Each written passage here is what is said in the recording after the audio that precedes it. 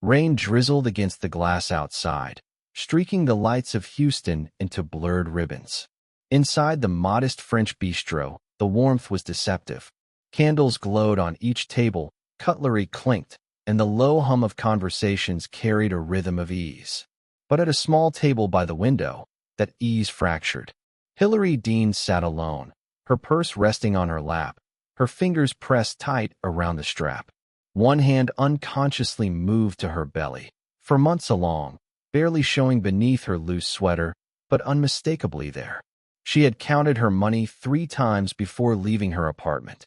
$5. Just enough for the subway fare home if she stayed disciplined. Not enough for wine. Not enough for dinner. This blind date was supposed to be different. Supposed to be worth the risk. Her phone vibrated. A single line glared from the screen. Asterisk sorry, I'm not coming. Good luck. Asterisk. For a moment, the sound of the restaurant thinned out. The violin track playing softly over the speakers felt like mockery. Hilary's chest tightened, her breath shallow, her eyes blurred, but she forced them clear. She refused to let strangers see her cry. She raised the glass of water in front of her, but her hand shook, sending tiny ripples across the surface. From 2 tables away, Ian Harper noticed. He hadn't meant to. He was waiting for a late business associate, sipping a black coffee to keep himself awake after a long day. But when the young woman at the window bowed her head, gripping a glass as if it were the last anchor she had, he recognized the weight in her posture.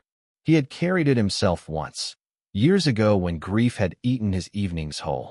Hilary lowered her phone, set it face down beside the napkin, and whispered to herself, "Don't make a scene."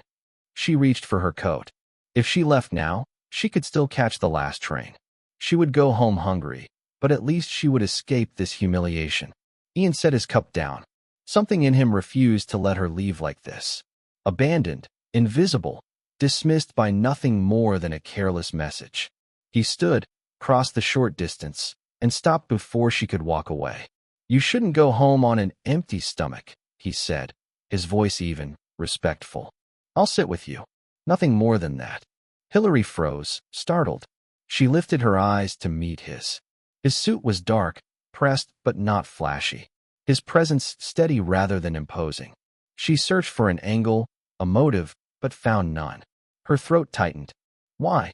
Ian gave the smallest shrug, as if the answer required no speech. "Because no one deserves to be left alone at a table that was meant for 2. The words landed with quiet weight. Hilary's hand loosened around her coat.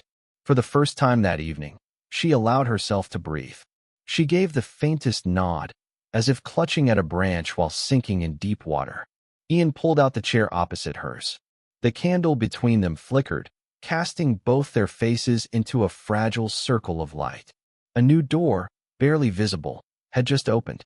The waiter returned, pen poised, expecting Hilary to order. She kept her eyes lowered, as though the menu itself was too heavy to lift. "I'll have the soup of the day," she said quietly. Her voice trembled, but she masked it with a sip of water. That was the cheapest item listed, and even then, she wasn't sure she should accept it. Ian leaned back in his chair, giving her space. "And I'll take the same," he told the waiter, handing back the menus before she could protest. His tone was casual, as if the decision were obvious. When the waiter left, Hilary finally looked at him, defensive. "You don't have to." "I know," Ian cut in gently. "But no one should feel like they're sitting alone in a crowd." Hilary pressed her lips together. She wanted to argue, to protect what little pride she still had, but the sincerity in his eyes stopped her. There was no pity there, only recognition. Silence stretched, broken by the clink of glasses and the low hum of other tables. Finally, she asked, "Why are you here? You don't look like someone who eats alone often." Ian let out a quiet breath, almost a laugh without humor. "I was supposed to meet a colleague. He's late. Not unusual." He paused, then added, "But that's not why I stayed when I saw you." Hilary's fingers tightened around her glass. "And why did you?" "Because once, in this very place, I sat waiting for someone who never showed up," he said. His voice was steady, but the faint shadow in his expression revealed the memory still lived inside him. Hilary blinked. The words cut through her defenses. For a moment, She saw not a stranger in an expensive suit, but another person who understood the quiet humiliation of being forgotten. The soup arrived, steam curling into the air. Hillary wrapped her hands around the bowl, grateful for the warmth more than the food. Ian watched her carefully take the first spoonful. Then he said softly, "Don't mistake someone else's cruelty for your worth." Her throat tightened. She didn't answer, but for the first time all evening, the taste of food felt like relief. The restaurant had grown busier. Silverware chimed, chairs scraped softly against polished wood, and laughter rose from larger tables.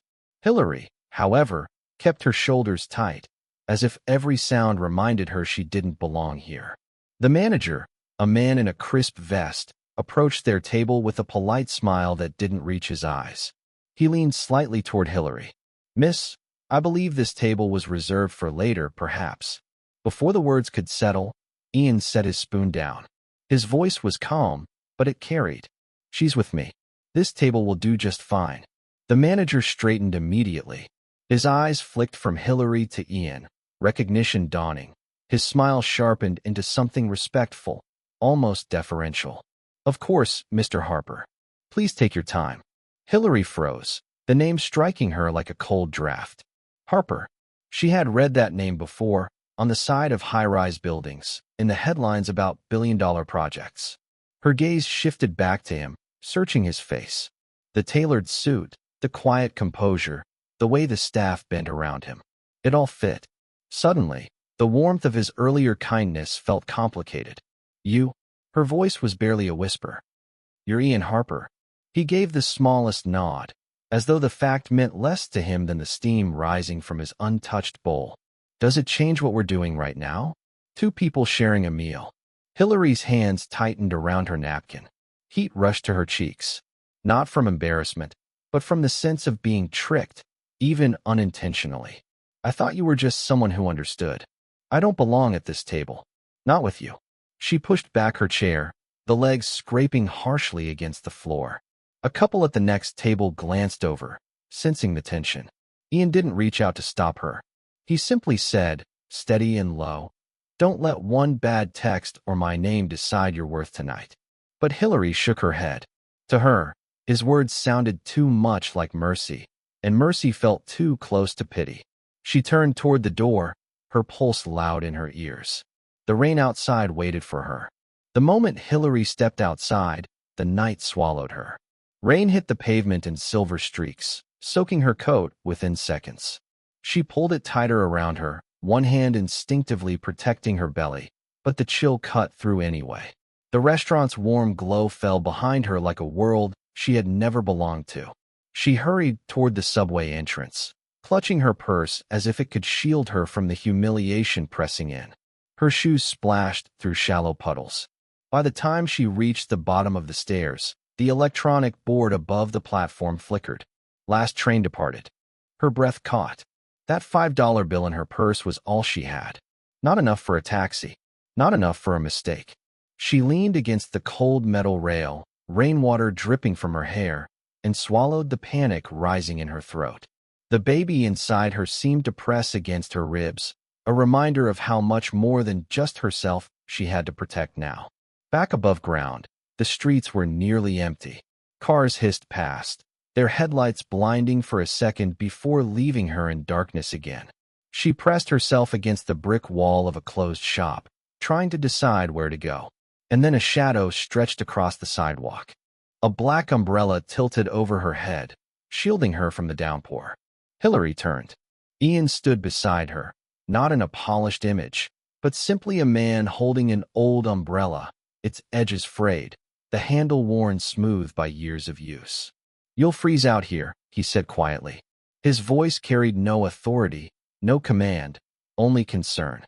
He didn't offer a car, didn't flash status, didn't insist, just the umbrella. For a long moment, Hillary couldn't move. Pride told her to step away, but exhaustion rooted her in place.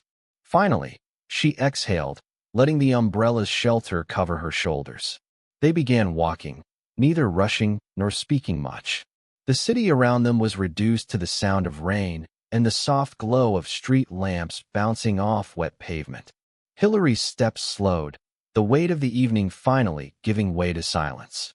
Ian glanced at her once. I didn't stay because I felt sorry for you. I stayed because I've been where you are, waiting and leaving with nothing but an empty chair. She didn't answer, but her grip on her purse loosened slightly. For the first time that night, she wasn't entirely alone. Rain softened to a mist as they entered the small park a block away. The path was slick with puddles. Lamplight fractured across the ground. Hillary walked just inside the shelter of Ian's umbrella, close enough to avoid the rain, far enough to keep her guard. Her voice broke the silence first. I shouldn't have stayed at that table. You didn't have to do any of this. Ian's steps slowed. I didn't have to, but I wanted to. Not because of who I am, because of who you are. Hillary frowned. You don't know me. I know enough, he replied, glancing at her. You showed up. You believed someone would too. That's more than most people manage. The words lingered. Hillary bit her lip, feeling a knot in her chest tighten and ease at the same time. She wanted to argue, to dismiss it as politeness, but the way he said it, calm, matter of fact, didn't sound like flattery. As they crossed the park, Ian angled the umbrella toward her, letting the damp air soak his shoulder. Hillary noticed and shook her head. You'll get sick. He gave a faint smile. I've weathered worse. They stopped near the stone steps that led down toward her neighborhood. Neon from a corner store flickered in the distance. Hillary hesitated, then spoke. Tonight, you reminded me I wasn't invisible. Thank you. Ian looked at her for a long second, as if weighing something unsaid. Finally, he nodded. You don't owe me thanks. Just promise me one thing. What? Don't let that text be the last word. The rain picked up again, rattling against the umbrella. Hillary swallowed hard, unable to answer. She only managed to nod before stepping down the stairs toward the dim streets below. Ian stayed at the top, the old umbrella tilted above him, watching until her figure disappeared. For Hillary, the night wasn't ending as planned. It wasn't ending with humiliation either. Somewhere in between, something unexpected had begun. The next morning, the city hummed with its usual noise. Horns, rushing footsteps, the faint smell of coffee and rain-soaked asphalt. Hillary sat by the window of her small studio apartment, her scrubs folded neatly beside her for the upcoming night shift. Her hand rested on her belly, feeling the slight curve that had grown more pronounced in recent weeks. She replayed the night in fragments. The cruel text, the weight of the soup spoon in her hand, Ian's voice telling her not to let that message define her. She wanted to forget, but his words wouldn't let her. Her phone buzzed. A text from a colleague at the hospital. Extra shift tonight. One nurse called out. Hillary sighed. Another 12 hours meant more exhaustion, but it also meant money she needed, especially now, with the baby coming. She typed back, I'll take it. Across town, Ian sat at his office window overlooking steel towers and cranes rising against the gray sky. His assistant listed meetings for the day, but his mind kept drifting. He remembered Hillary's trembling hands, her insistence on paying her own way, her stubborn dignity. And something else, the protective way she'd held her coat close, one hand pressed against her middle. At lunch, instead of dining with investors, he walked into the same French bistro. The manager greeted him with exaggerated courtesy. Ian's eyes swept the room, almost expecting to see Hillary again. Of course, she wasn't there. That evening, fate intervened. Hillary, halfway through her shift, was wheeling supplies down the corridor when she nearly collided with a tall man in a suit speaking with the hospital board. Ian Harper. Her heart stuttered. She froze, clutching the cart. He turned, surprise flickering across his face, quickly softened into something warmer. You work here? Ian asked gently, stepping closer. Hillary's cheeks burned. Yes. I told you, I'm a nurse. Night shifts mostly. He nodded slowly, as if pieces of a puzzle had just fallen into place. Around them, the corridor buzzed with voices, machines, the shuffle of hurried footsteps. Yet the moment felt oddly still. I didn't come here looking for you, he said carefully, but I'm not sorry I found you. Hillary's lips parted, unsure how to respond. The walls she had built, class, money, pride, wavered under the weight of his sincerity. Before she could speak, A pager blared overhead. She glanced at her badge, already turning. I have to go. Ian didn't stop her. He only said, then I'll wait. And for the first time in a long while, someone truly did. Ian did wait. Not at the hospital entrance where cameras might notice him, but in the small cafeteria tucked away on the ground floor. Hours passed, the hum of vending machines and the faint clatter of trays filling the silence. It was nearly midnight when Hillary finally walked in, exhaustion etched into every line of her face. Her hair was tied back, scrubs slightly wrinkled, but her posture was steady. She blinked when she saw him there, still in his tailored suit, jacket folded neatly over the chair beside him. You stayed? She asked, disbelief threading through her voice. Ian lifted a simple paper cup. Coffee is terrible here, but I thought it might be better shared. He paused, noticing her hand rest briefly on her belly. Though I can get you tea or water instead. Hillary's lips curved into the faintest smile despite herself. Water is fine. She sat across from him, hands wrapped around the cup he pushed toward her. For a moment, neither spoke. The quiet of the cafeteria seemed to belong only to them. Finally, Hillary broke the silence. Why are you doing this? You don't owe me anything. Ian leaned forward, his voice calm, steady. It's not about owing. It's about recognizing someone who deserves to be seen. Her throat tightened. She wanted to dismiss it, but the sincerity in his eyes pinned her in place. He wasn't here as a billionaire. He wasn't here as a man looking for thanks. He was simply present. They spoke in fragments, about long shifts, about his son who loved building model rockets, about the patience Hillary carried home in her thoughts, about the baby she was preparing to raise alone. With every exchange, the distance between their worlds seemed to shrink. Not vanish, but narrow enough for a bridge to form. When the hospital intercom announced the next shift change, Hillary stood reluctantly. I should go back. Ian nodded, but his next words stopped her in her tracks. Hillary, last night I saw someone trying not to cry into a glass of water.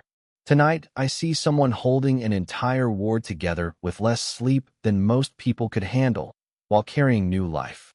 That's the version of you I want to know better. Hillary froze, heart stuttering.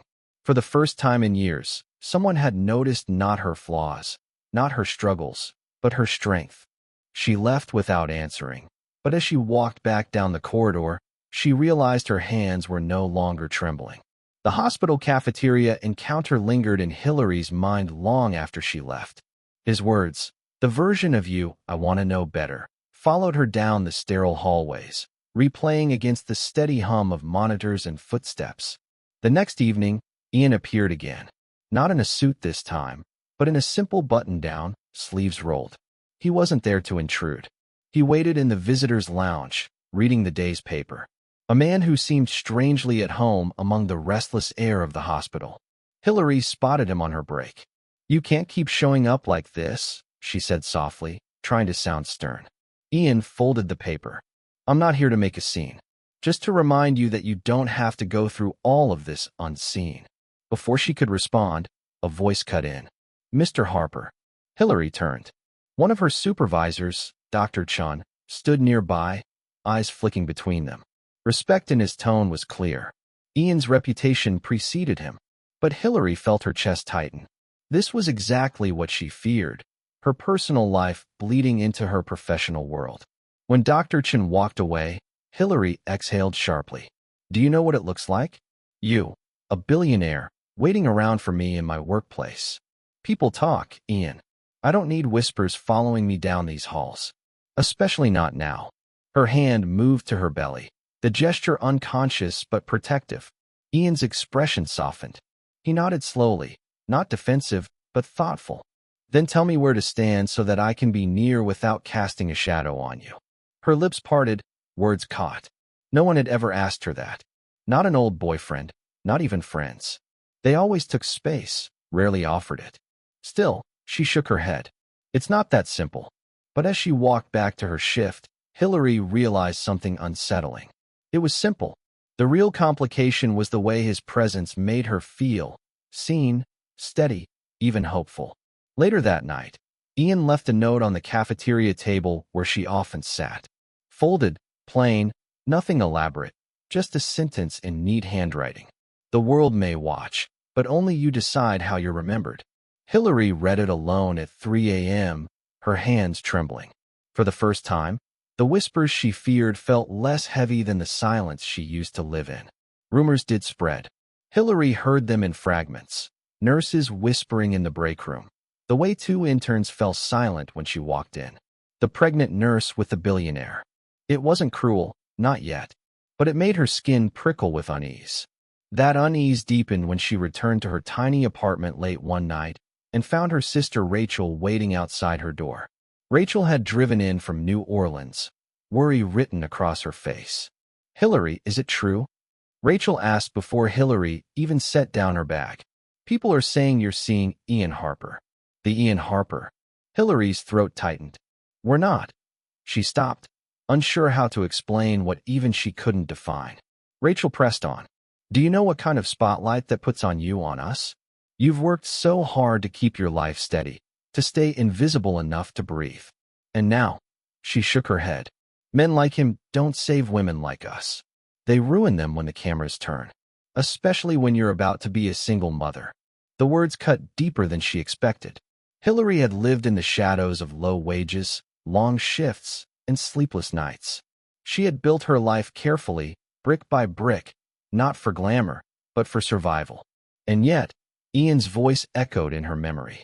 "I want to know the version of you that holds everything together." The following evening, Hillary confronted him outside the hospital. He had been waiting again, quiet as ever. A man with time when the world assumed he had none. "My sister thinks this will end with me humiliated," she said, voice steady but sharp. "My colleagues whisper like I've done something wrong. Ian, I can't carry their judgment on top of everything else. Not when I'm already carrying." Her voice broke, hand pressed to her belly. For a long moment, he didn't answer. His gaze held hers, unwavering. "Hillary, if you need me to disappear, I will. But understand this. Your worth doesn't vanish because others are too small to see it. If you walk away from me, let it be because you don't want me, not because they told you not to." Her breath caught. He had placed the choice squarely in her hands. Not his wealth, not his influence, not public opinion, just hers. Hillary turned away, but her steps faltered. For the first time, she realized the silence she'd always hidden behind might be the very thing breaking her apart. The week dragged like a storm cloud over Hillary's head. Every corridor at the hospital felt narrower, every conversation shorter. The whispers hadn't stopped. If anything, they grew louder, now tinged with speculation about her pregnancy. Yet Ian kept his distance. No grand gestures, no surprise visits, just absence that felt heavier than presence. One evening after another double shift, Hillary walked out into the dusky glow of the city. Her body begged for rest, but her mind raced. Across the street, she saw him, Ian, leaning against a black sedan, not his usual chauffeured car, but something understated. He didn't approach. He simply waited, as if giving her the decision. Hillary crossed over, her heart hammering. "You stayed away," she said, breath uneven. Ian nodded. "You asked me not to cast a shadow. I tried, but I won't pretend I don't care." For a long beat, neither moved. The traffic lights changed, spilling red and green reflections onto wet pavement. Hillary thought of Rachel's warning, the whispers at work, her carefully built life of silence. Then she thought of his words. "If you walk away, let it be because you don't want me." Finally, she spoke, her voice low but certain. "I don't want to be defined by fear anymore." Ian's jaw tightened, relief flickering across his features. He opened the car door, but didn't press her. "Then let me take you somewhere. Not as a CEO, not as anything else, just as Ian." Hillary hesitated only a moment before sliding in. The seat smelled faintly of leather and rain. As the car pulled away, she glanced at him, his profile steady against the fading light. For the first time, she wasn't running. For a few days, the world seemed quieter. Ian and Hillary found small, private moments. A walk in the park, late-night tea at a tucked-away diner. Each time he let her set the pace. For the first time in years, she felt a life not built on fear, but on choice. That calm shattered on a Thursday morning. Hillary arrived at the hospital to find her photo plastered across a gossip site on a colleague's phone. The headline was merciless. Mystery pregnant nurse seen with billionaire Ian Harper. Who is she? Beneath it, grainy pictures of her stepping into his car, her tired scrubs visible under her coat, her hand resting on her visible baby bump. Whispers no longer stayed in corners. They followed her down corridors, into patient rooms. A supervisor pulled her aside. We value professionalism, Hillary. Associations like these, they complicate things. Especially given your condition. Her chest tightened. Everything she feared was here. Public eyes stripping away her dignity, reducing her to a headline. That evening, she confronted Ian. He was waiting outside the hospital again, but this time his expression was taut, concern in his eyes. They're using me to humiliate you, Hillary said, voice trembling with contained anger. Everything I built here, my work, my name, it's turning into a circus. Ian stepped closer, but his voice stayed calm. Hillary, I never wanted this for you. But walking away won't silence them. It will only confirm their story. Her breath caught. So what do I do? Smile for cameras I never asked for? Pretend I belong in your world? Ian's answer came slowly, like each word cost him. No, you don't need to pretend. But you can decide. Either let them dictate the story or write your own. It wasn't reassurance. It was challenge. Hillary turned away, tears stinging her eyes. For the first time, she realized that being with Ian wasn't just about love or trust. It was about whether she was willing to step into a storm that could either break her or finally prove her strength to the world. The fallout came fast. By morning, Hillary's name was on every gossip blog that thrived on rumor and scandal. The billionaire and the pregnant nurse, one headline sneered, as if her life were a punchline. Her phone buzzed with messages from colleagues, classmates, even old neighbors who hadn't spoken to her in years. At the hospital, the whispers turned sharper. 2 patients' families refused her care, insisting on someone less distracted. Her supervisor's tone grew clipped. Hillary, you need to get ahead of this. Otherwise, we'll have no choice but to reevaluate your position here. The words landed like a verdict. Years of training, night shifts, and sacrifices reduced to tabloid fodder. That night, she met Ian at a quiet cafe on the edge of the city. No cameras, no staff, just them. She dropped the newspaper on the table, the headline glaring back at them. This is my life now, she said, her voice low but trembling. Every patient, every colleague, every person I serve, they'll see me as her. Not as Hillary, just the woman in your shadow. Ian didn't flinch.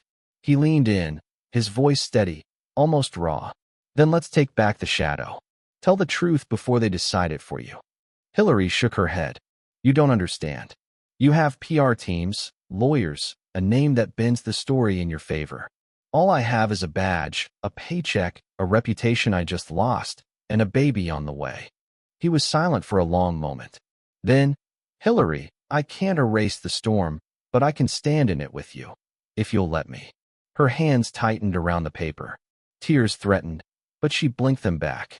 She thought of Rachel's warnings, of her supervisor's cold stare, of patients refusing her care. For once, she wanted to stop running, to stop shrinking.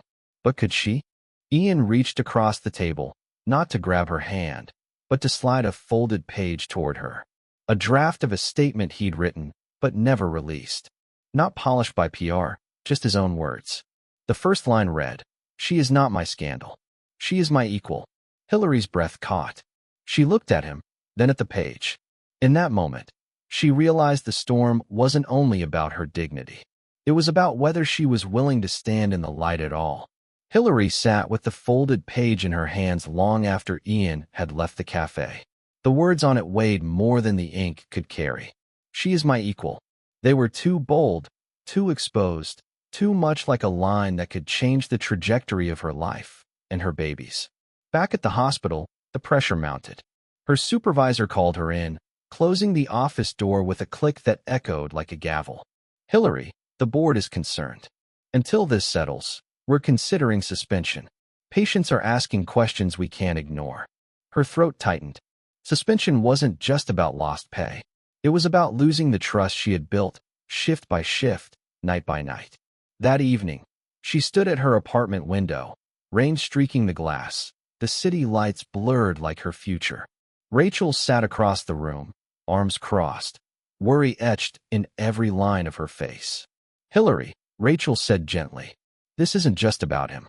It's about whether you're ready to live in a world where everyone has an opinion about you." Hillary turned, voice breaking but steady. "They already have opinions. They've already taken my name and twisted it. If I stay quiet, I let them keep it. If I speak, maybe I get it back." The next morning, she walked into the hospital, not in her scrubs, but in plain clothes. Murmurs followed her down the corridor. She passed the nurse's station, the waiting families, the patients who stared a moment too long.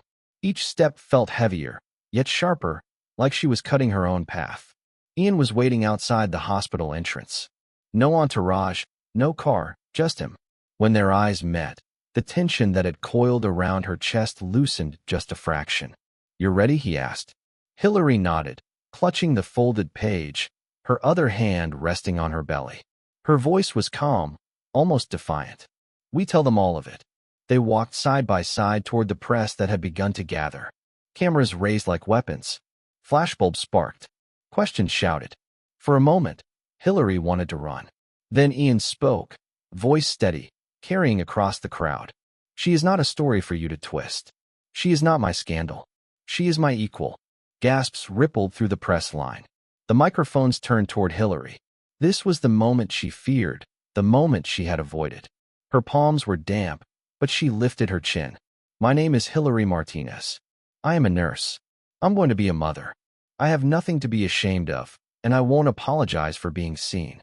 The crowd erupted, questions, shouts, snapping cameras. But beneath the chaos, something had shifted. Hillary felt it in the way Ian stood firm beside her, in the way the words she spoke seemed to echo louder than the noise. For the first time, she wasn't hiding. She was choosing. The courtyard outside the hospital became a storm of flashing lights. Microphones were thrust forward, reporters shouting questions like rapid fire. "Are you in a relationship, Hillary?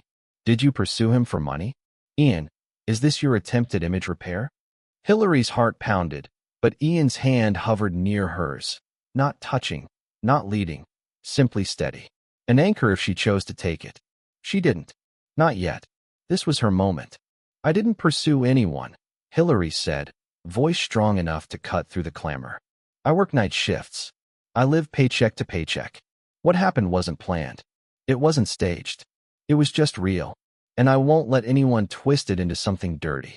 The press pressed harder, the crowd restless. Then a woman's voice cut through. "Hillary." It was Rachel, pushing through the throng. She had resisted this from the beginning, wary of Ian, protective of her sister. But now, seeing Hillary standing in front of a wall of cameras, spine unbent, Rachel's expression shifted. Pride, fear, and love flickered together. Ian finally spoke, his tone firm, measured. "You've all built your headlines on shadows. But here's the truth. Hillary isn't here because of me. I'm here because of her. Because I recognize something I lost a long time ago. The courage to stand even when the ground shakes." The crowd quieted, just for a beat. His words landed heavier than expected. Yet not everyone was convinced. A reporter sneered. "Easy words for a man with billions. But what happens when the board of your company sees this as weakness?" Ian didn't flinch. "If integrity is weakness, then we need more of it at the top." The words sparked murmurs, some supportive, some skeptical. The battle wasn't over. Back inside, after security finally ushered the press away, Hillary leaned against the cool wall of the corridor, every muscle trembling. Rachel stood by, arms folded, but her eyes softer now. "You didn't run," Rachel said quietly. "I'm done running," Hillary whispered back. Ian stepped closer, his voice low, private. "This storm won't calm overnight. It may get worse before it gets better. But if you stand, I'll stand with you." Hillary looked at him, exhaustion and clarity blending in her gaze. "Then we stand." The following weeks tested every word they had spoken. Headlines came and went. Some were cruel, others unexpectedly supportive. Ian's company board bristled at first, but when the dust settled, They found that his public stand for integrity had drawn unexpected allies. Investors respected conviction more than carefully crafted silence. Hillary, meanwhile, carried on with her shifts. Patients still needed care. Babies still cried. For alarms still beeped through the night. But something subtle had shifted. She was no longer just the nurse walking quickly through corridors. People saw her differently. Some with suspicion, yes, but many with respect. One crisp autumn morning, Ian arrived at the hospital courtyard. Not in a car surrounded by assistants, but alone, holding a worn black umbrella. The same one that had once shielded Hillary in the rain. He waited until her shift ended. Hillary stepped outside, fatigue in her eyes, but also a steadiness that hadn't been there before. Her belly had grown more pronounced now, 6 months along, impossible to hide. "Do you ever regret it?" she asked quietly. "Pulling me into all this storm." Ian shook his head. "I don't regret seeing you when the world looked away." They walked together through the park where their first honest conversation had unfolded. Golden leaves scattered across the path, crunching underfoot. Then, just as naturally as breath, Ian stopped, turned, and extended his hand. Not grand, not rehearsed. "My son keeps asking when you'll come for dinner again," he said, a smile tugging at the edges of his voice. "I'd like that answer to be always." Hillary's throat tightened. No speeches came to her, only the quiet certainty that she didn't need to keep running. She placed her hand in his, fingers trembling but sure. From a distance, Rachel watched, leaning against the park fence. She didn't interfere. She saw her sister's choice, and for the first time, she let herself smile. The camera of life seemed to pull back, Hillary, Ian, and soon his son joining them, along with the new life growing between them. For figures walking the leaf-strewn path, the umbrella swung loosely at Ian's side, not as a shield anymore, but as a keepsake, a thread connecting a rainy night to a bright morning. A reminder that sometimes the greatest courage is letting yourself be seen. If this story touched your heart, please give it a like and subscribe to our channel. Every day we bring you more powerful emotional stories that remind us of hope, love, and second chances. Don't miss the next chapter. We promise it will move you.